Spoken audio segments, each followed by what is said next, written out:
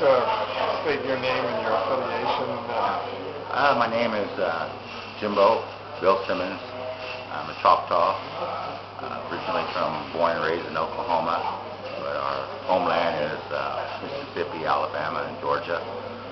We were part of the early relocation to Trail of Tears in the 1830s. And I currently reside in California, but my people now live in Oklahoma and parts of Mississippi as well. And what's your organization?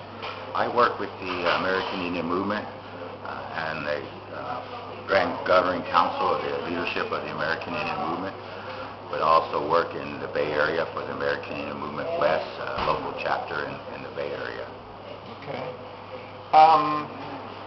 The Free Palestine movement extended an invitation to you and the American Indian Movement to participate in its delegation that's going to be part of the Gaza Freedom Flotilla to sail to Gaza and very likely to be intercepted by Israeli forces and stopped from entering. You accepted this invitation from the Free Palestine movement. What made you decide that you personally and your organization, AIM West, wanted to do this?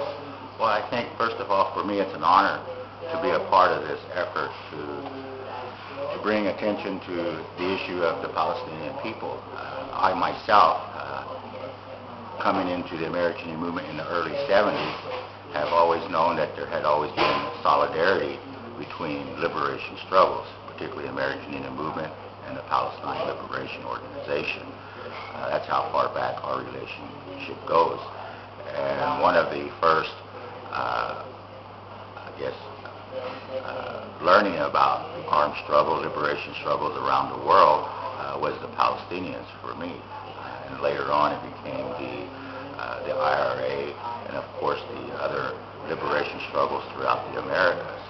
So it's always been important for us to show that unity and solidarity and support for one another, because we feel that as oppressed peoples of the world, we share a commonality, in struggle and in revolution as well. And so for us, the American Indian movement has always stood on that side of struggle. And so we feel it's imperative for us to be here to show our respect for their struggle and for the hardships that they're going through. And on behalf of the American Indian movement, continue on and to continue on to walk, in our struggle and in solidarity. So it's very important for us to be here, not only for our struggle, for our movement, but it's also to send a message to our own members as well, particularly the younger generation that's coming up and that needs to know our history of struggle and our history of solidarity with other liberations around the world. So I think it's important for us to show that and to be here. Lots of peoples have in their history something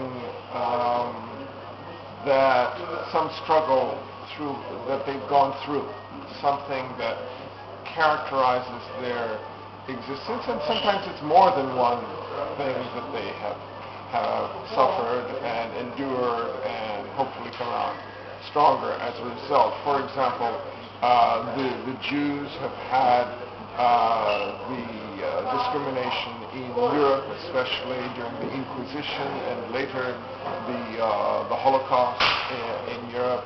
The Africans have had the slave trade, which for African Americans is kind of a defining characteristic, and everything that happened to them after it. The Africans who remained in Africa had the exploitation there and so forth. What would you say is, what would you consider to be the defining points of history for American Indians? What is the big thing? I would have to go back to 1492, to the discovery of the Americas, and when the first Indian was killed, and started the longest war in the history of the Americas. and we're still engaged in that work in many different fronts and different aspects. I think one of the things to point out for this is that this is where colonization comes in, and how colonization was founded, perfected, and exported around the world in the form of imperialism. And those are what Indian people are dealing with today, indigenous communities are dealing with today: colonization, neo-colonialism, settler colonialism, but more importantly, imperialism. Unfortunately, not many people understand it in that context, but I think once they begin to see and understand it, and the policies that maybe Indian people, Indian nations are forced upon them, such as tribal governing systems that are alien to our form of government and our way of life, are aspects of that colonization and imperialism and settler colonialism. So I think those are, to me, the very finer,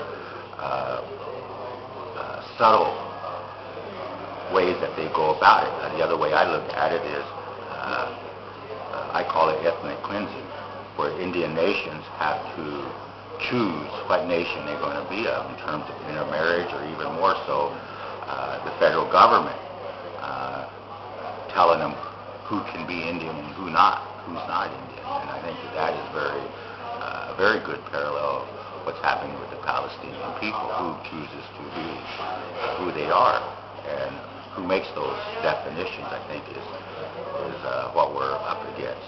Not just with the indigenous peoples, but many peoples around the world are forced values upon them. Right.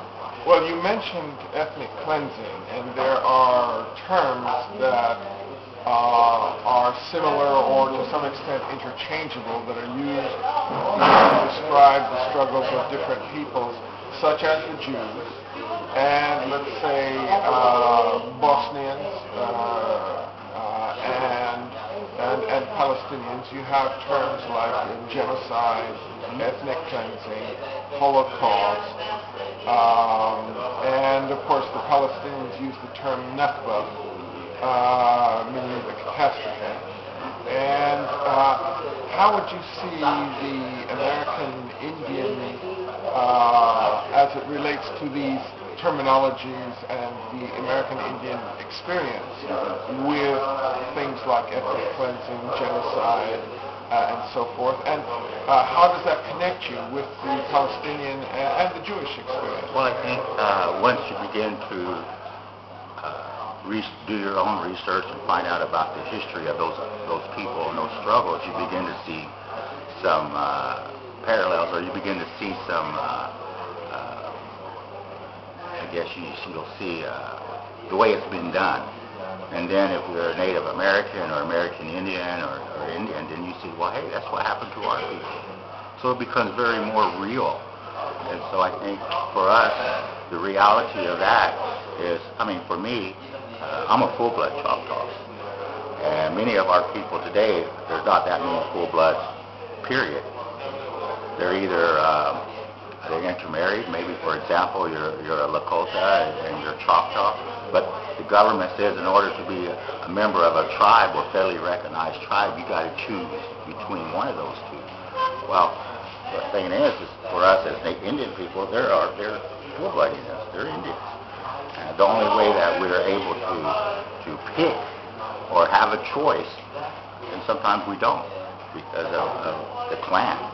You know, what clan we're born into, so we'll follow maybe a matriarchal society, or we might follow a clanship society. So I think those are very basic natural laws that many indigenous peoples has always followed. And today, unfortunately, many of those laws have been lost. But I see a resurgence, identity of people wanting to know who they are and their roots, and pride, a sense of pride and identity and self-respect. And to me, those are the elements that need to be in order to understand, who we are as a people today in this time of history, and what that history and what our people went through in that time of history, which is, massacres, genocide, relocation, forced relocation, and even today, many in some Indian communities, that still goes on. I think one of the most important for a lot of us is sacred sites, sacred places, which as a commonality for all indigenous peoples, we have a lot of respect for. And so I can understand the Palestinian more clearly when I understand their spirituality or understand who they are as a people and in their history. And I can say that for all indigenous peoples, but more so people that are being oppressed. We just have to open that history book a little bit and see, what part of this, is affecting us. So